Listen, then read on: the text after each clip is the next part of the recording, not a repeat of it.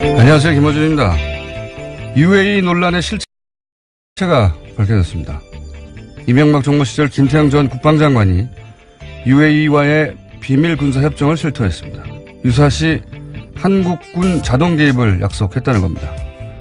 비밀리에 한 이유는 섣불리 국회로 가져가면 안 될 것 같아서.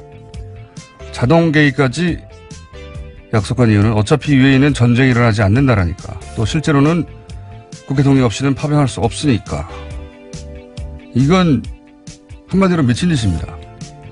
헌법상 국회 비준이 필요한 조약을 몰래 협약 형태로 체결해 국회와 국민을 속였고, 또 실제로는 국회 비준 없인 파병할 수 없는 것인데도 협정을 맺어 UAE에게도 사기를 친 거죠.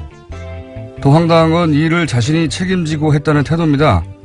1400년 넘는 순위 시아파 갈등을 자기가 해결할 수 있습니까? 중동 정쟁을 자기가 막을 수 있답니까? 뭘 어떻게 책임집니까? 그리고 대통령은 몰랐다는데 이게 말이나 되나요? 군 통수권자인 대통령도 모르게 군의 파병을 결정합니까? 그건 구태타죠.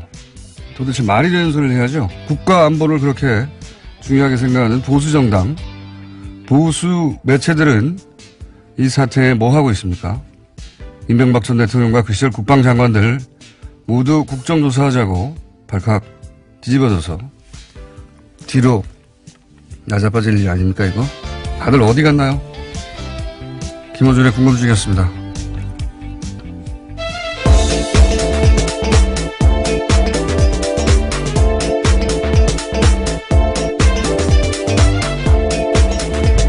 시사인의 김은지입니다. 네.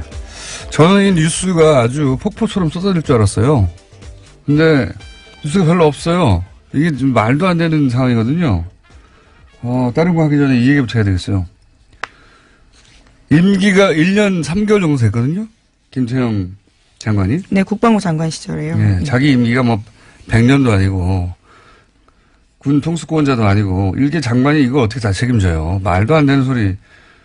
일개 장관이 국회에 거짓말하고 국민도 속이고 상대 국가한테도 사기를 치고 그걸 또 군 통수권자인 대통령도 모르겠다. 이걸 믿으라는 겁니까? 이게 말이 되는 소리예요? 아니, 군대를 보내게 되면 군 통수권자가 하는 거죠. 그것도 국회도 통과해야 돼요. 이걸 어떻게 대통령도 모르게 했다. 이 말을 믿으라는 건지. 제가 보기엔 김태형 전 장관이 독박을 쓰는 걸로 시나리오가 마련된다 본데 말도 안 되는 거예요. 그리고 이 모든 게 국익을 위해서 그랬다. 국익이 뭡니까? 돈이네요, 돈. 여기서 말하는 국익은. 전쟁 내면은 파병될 병사의 목숨은 국익이 아닌가요? 그리고 시아파 국가들하고 이러다가 적이 되면 그건 국익에 반하는 거 아닌가요? 이게 군인이라면 여기서 국익을 말할 수가 없는 거예요, 이거 가지고. 여기서 돈 버는 게 군인하고 무슨 상관이 있습니까? 군인은 군의 안전과 안보 생각하는 거예요. 이런 논리는 장사꾼들의 논리지 군인의 논리가 아니에요. 근데 이제 종편에서는 이런 이야기한 김태형 전 장관은 누구 군인답다 이런 말도 하더라고요. 말도 안 되는 소리. 보수가 어머 사격을 해주기로 했나 본데 혼자 독박을 쓰고 웃기지도 않는 소리입니다. 이건 정말. 더 화가 나는 거는 이 보수 매체들이 그 UAE 처음 문제 제기할 때 아주 그냥 거품을 물고 뉴스를 쏟아냈잖아요. 포털에도 막 기사가 넘쳐났고. 근데 지금 이렇게 엄청난 일이 벌어졌는데 조용해요. 네. 아주 비관합니다. 지금 미디어 환경이 이런 수준입니다. 전 아침이면 기사가 아주 폭포수준 쏟아질 줄 알았더니 없어요. 예. 아주 나쁜 놈들. 첫 번째 뉴스가 뭡니까? 네, 먼저 이 소식부터 전해드리겠습니다. 어제 남북 고위급 회담에서 북한 대표단의 평창 동계올림픽 파견 등이 합의됐습니다. 또 군사적 긴장 상태를 해소하기 위해서 군사당국 회담을 개최한다는 데도 합의했습니다. 남북은 이런 내용을 포함한 3개의 항에 공동보도문을 채택했습니다. 이건 또 해설은 저희 정세현 전 장관이 또 기다리고 계시기 때문에 그때 자세한 해설을 들어보도록 하겠습니다. 하여튼 뭐 예상보다 빠른 속도로 이것저것 합의되고 있다. 물론 뭐 아직 합의되지 않고 있는 부분도 있고 그거 걸림돌이 되는 부분들이 있겠죠. 이제 군사적 문제라든가 이런 건. 네, 그래서 2차 고위급 회담의 개최 시기와 장소 등은 추후 판문점 연락 채널을 통해서 협의하겠다라고 밝힌 바가 있습니다. 알겠습니다. 정세현 장관과 함께 의미나 내용을 짚어보기로 하고요. 자세한. 관련 뉴스가 또 있는 게 있습니까? 예, 북한이 어제 남북고위급 회담에서 서해군 통신선을 개통했다라고 밝혔습니다. 그러면서 이는 최고 수뇌부, 그러니까 김정은 북한 노동당 위원장의 결심에 따른 것이다라고 설명했는데요. 서해군 통신원이 복원된 것은 1년 11개월 말입니다. 2016년 2월 달에 개성공단 가동 중단 때 판문점 연락관 채널과 함께 끊긴 바가 있습니다. 그러니까 이거 사실 그 조선시대로 돌아갔었거든요. 예. 거기 높은 데 올라가서 사람이 소리치고 그랬다고 하잖아요. 육성이나 확성기로 의사소통을 해왔었습니다. 그 조선시대. 예. 전화, 팩스 뭐 다 끊어버리고, 예. 이전 정부에서 이렇게 지냈습니다. 우리가 북한과. 말이 됩니까? 네. 어쨌든 뭐 통신선 다시 개통했다고 하고요. 다음 뉴스는요? 네, 이명박 전 대통령 측이 원전 수주를 대가로 UAE와 맺은 이면 해역 계약이 없다라고 강조해왔는데요. 그러면서 양국 관계 악화가 후임 정부에도 비롯됐다라는 취지의 주장도 해왔습니다. 하지만 앞서 말씀하신 것처럼 김태형 전 국방장관이 새로운 내용들을 이야기했는데요. 이명박 정부는 다시금 이면 계약 논란에 휘말리게 됐습니다. 논란이 아니고 있었대잖아고 말했잖아요. 김태형 전 장관이. 예. 그게 이면 계획이지 뭡니까? 이명박 전 대통령이 참 대단한 것 같아요. 뻔히 자기가 있을 때 책을 한 거 아닙니까? 예. 그런데 자기가 말하면 폭로가 되니까 말할 수 없다. 그 뉘앙스는 뭐냐면 뭔가 이제 현 정부에 불리한 게 있는데 아주 국익을 위해서 내가 참고 있는 거야. 내 입으로 말할 수 없어. 이런 뉘앙스로 들었단 말이에요. 근데 알고 보니까 자기가 잘못한 거예요. 그러니까 자기가 책임지고 자백할 사안을 자기 무슨 내부 고발자가 된 것처럼 폭로할 수는 없습니다. 막. 자신이 말 안 하는 게 국가에 도움되겠다라는 이야기도 했었습니다. 그때 얘기했지만 본인한테만 도움이 되는 거예요. 말 안 하는 건. 아주 편리한 멘탈입니다. 나를 제외한 모두는 죄인일 수 있어. 나는 죄인일 수 없다. 예? 이 정도 국면까지 왔는데도 워딩을 이렇게 한다는 게 대단한 분이에요. 예. 뻔히 자기가 한 일인데 그래서 제가 그 이명박 전 대통령의 그 화법을 참 뭐라고 그랬더라? 유체에 있던 화법이라고 제가 말한 적이 있는데 대단한 분입니다. 네.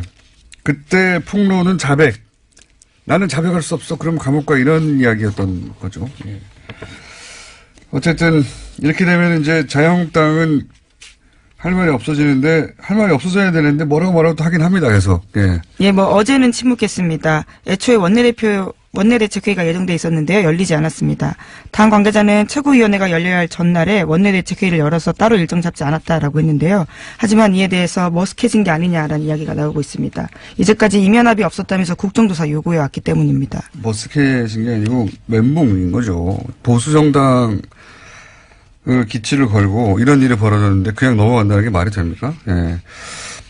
그리고 언론, 그러니까 조선일보가 무슨 정보력의 한계 때문에 정보력이 과거와 같지 않아서 이런 그 똥보를 찼다. 이렇게 생각하는 사람들도 있던데 저는 그렇게 생각하지 않습니다. 사실 UAE 군사 파병 자동 개입 이런 설들은 당시에도 나왔었어요. 조선일보도 그런 설을 보도했었어요. 예. 네, 실제로 국회에서도 그런 질문이 있었습니다. 네. 유승민 의원이 물었었는데요. 당시 김태형 장관이 부인했었습니다. 그거 저희 제작진이 저렇게 흥분한 거 보니까 중매했나 봐요. 잠깐 들어보겠습니다. 유사시에 군사적으로 지원을 한다든지 UAE가 공격을 당했을 때 우리가 군사적으로 도움을 준다든지 파병을 한다다. 안전 보장을 한다. 상호 방위를 한다. 군사 동맹을 한다. 약속은 없었습니까? 없었습니다. 앞으로 작년에는 약속이 없었습니까? 그렇습니다. 합의도 없었고요. 네. 제작진이 굉장히 자랑스러운 표정으로. 예.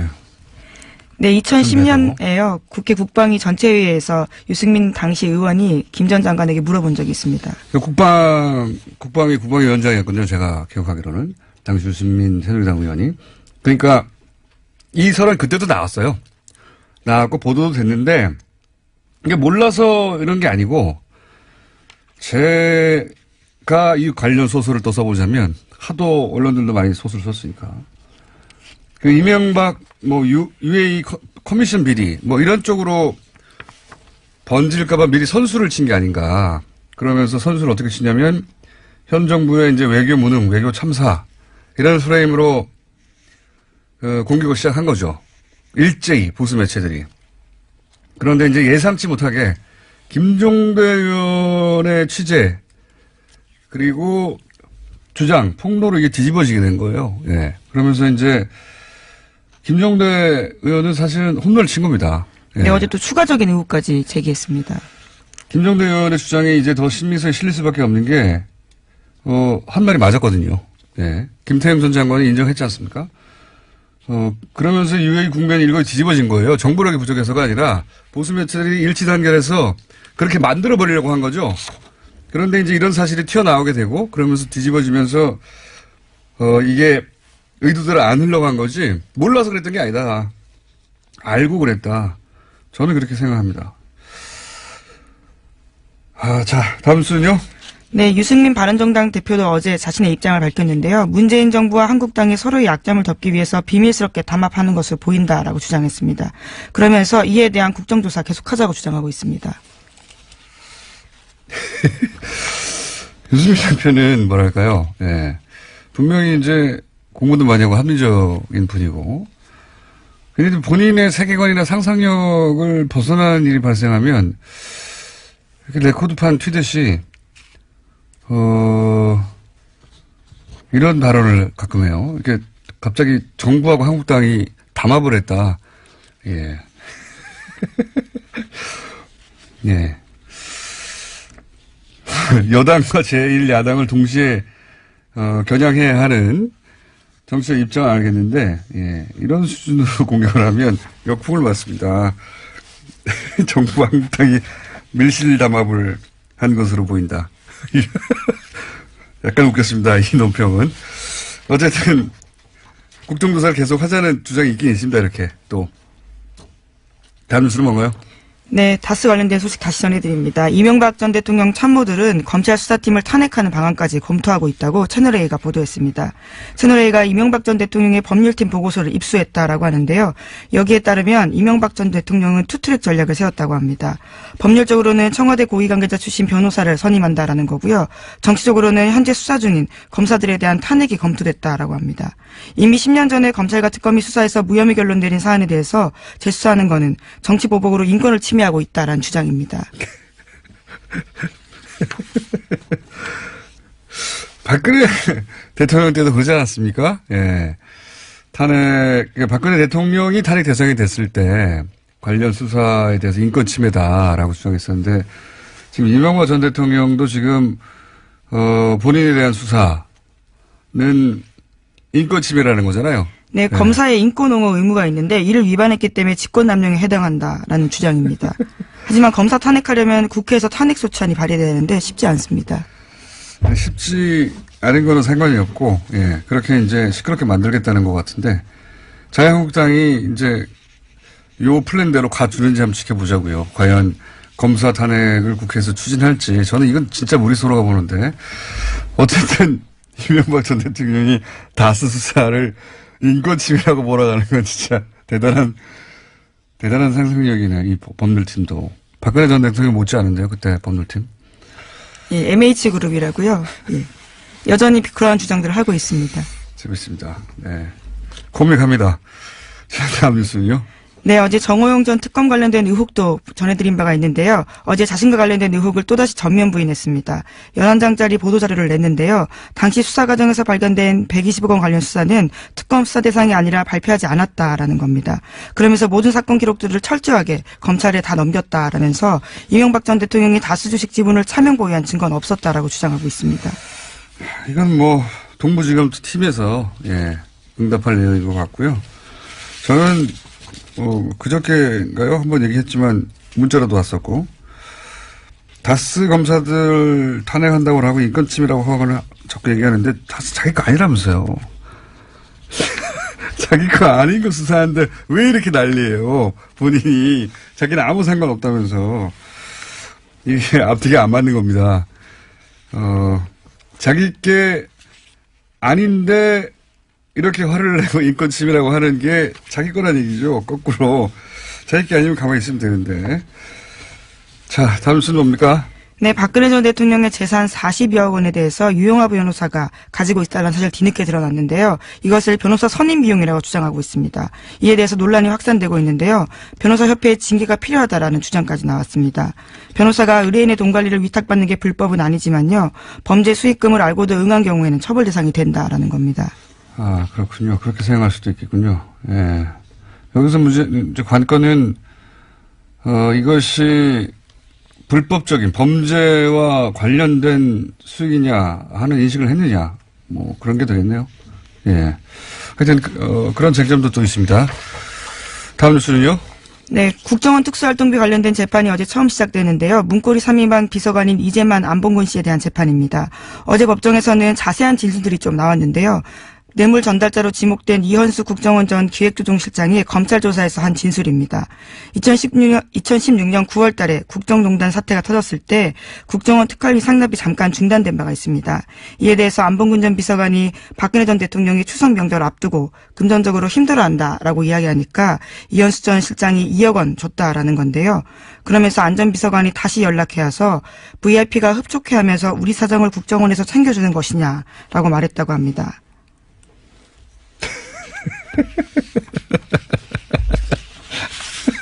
자기가 달라고 했으니까 국정원이 어쩔 수 없이 주는 거죠. 우리 사정을 국정원이 챙겨주는 것이냐. 이게 말이 되는 소리입니까? 아, 당시 청와대는 제정신이 아니었어요. 지금 이렇게 나온 얘기들을 들어보면.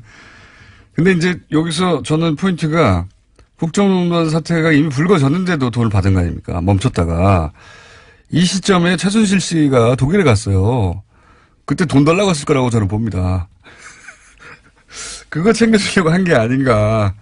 저는 그런 생각이 드네요.